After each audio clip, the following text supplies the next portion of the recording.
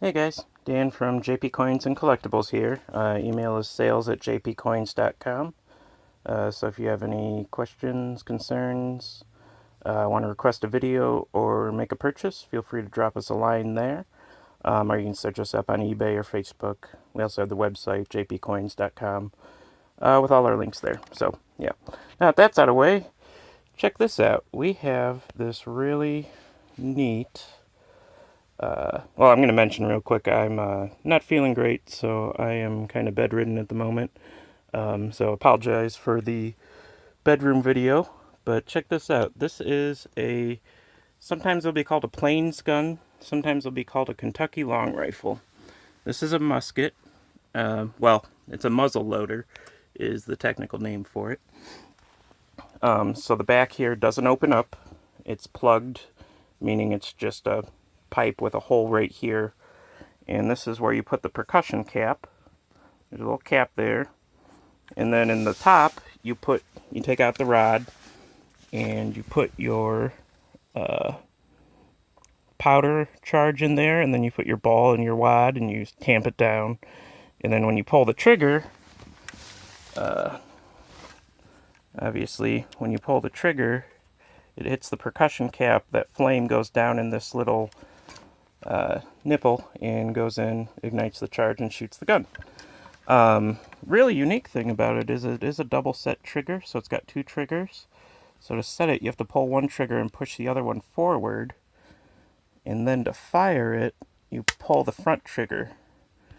And it's really weird, because normally the sear is attached to the trigger via some sort of mechanism. And when you pull the trigger, it basically, the tension at some point basically breaks off, and that's what drops the hammer.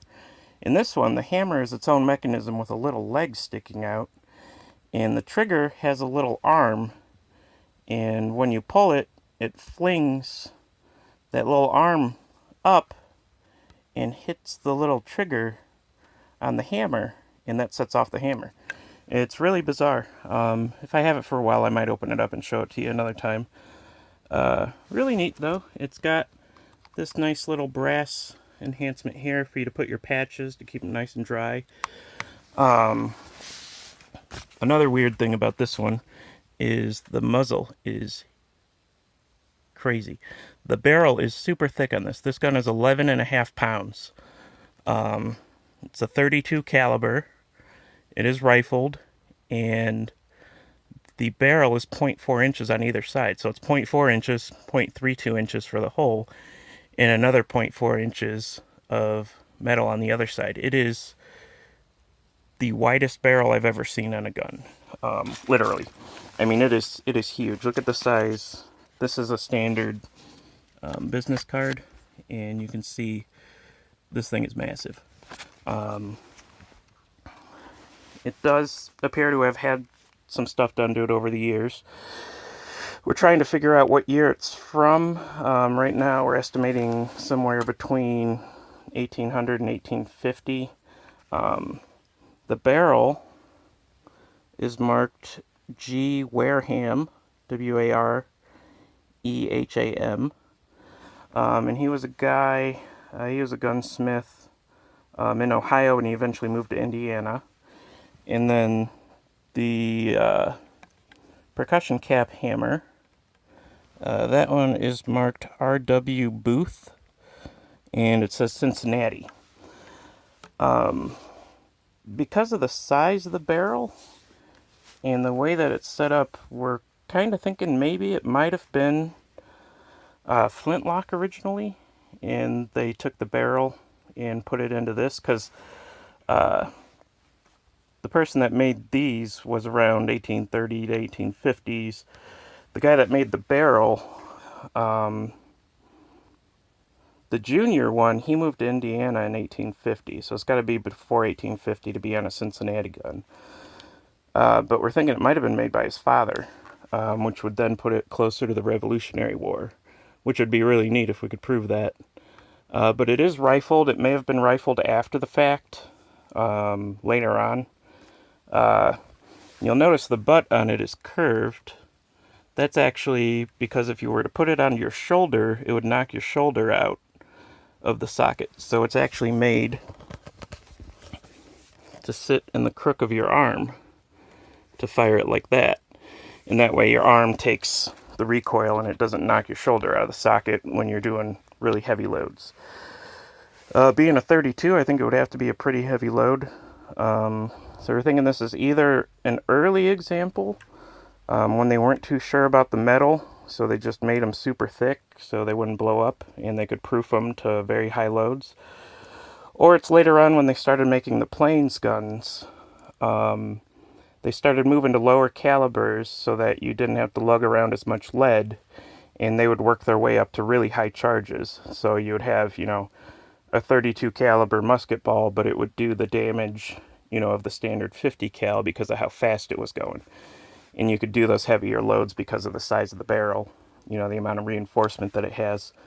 The amazing thing about this is that the inside of it is beautiful. It is in really nice shootable condition. So we are going to shoot it. We've got the black powder. I picked up percussion caps.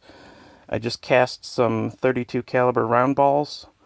And I got some wads for stuffing down in there. And yeah, of course we're going to do it on a stand. And then as we go, we'll do it, you know, on my arm, hopefully, when I'm feeling better and when the weather cooperates. It was way too crappy this last week in Illinois here. But yeah, really neat gun. Really heavy. Like I said, it's 11.5 pounds.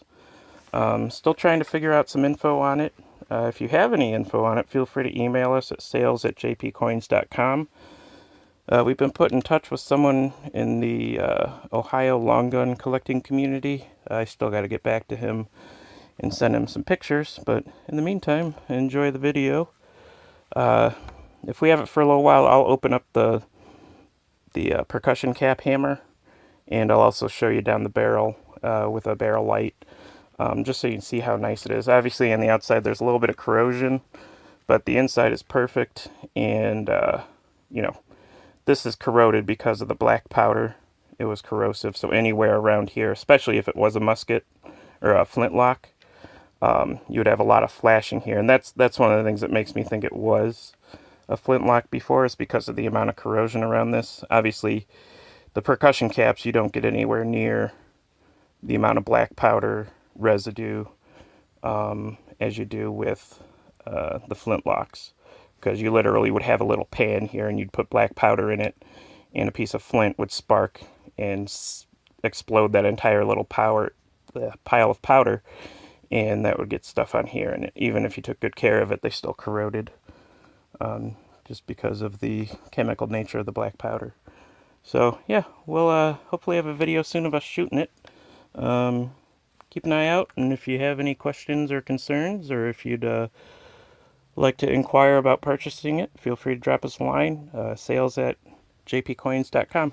Thanks, guys.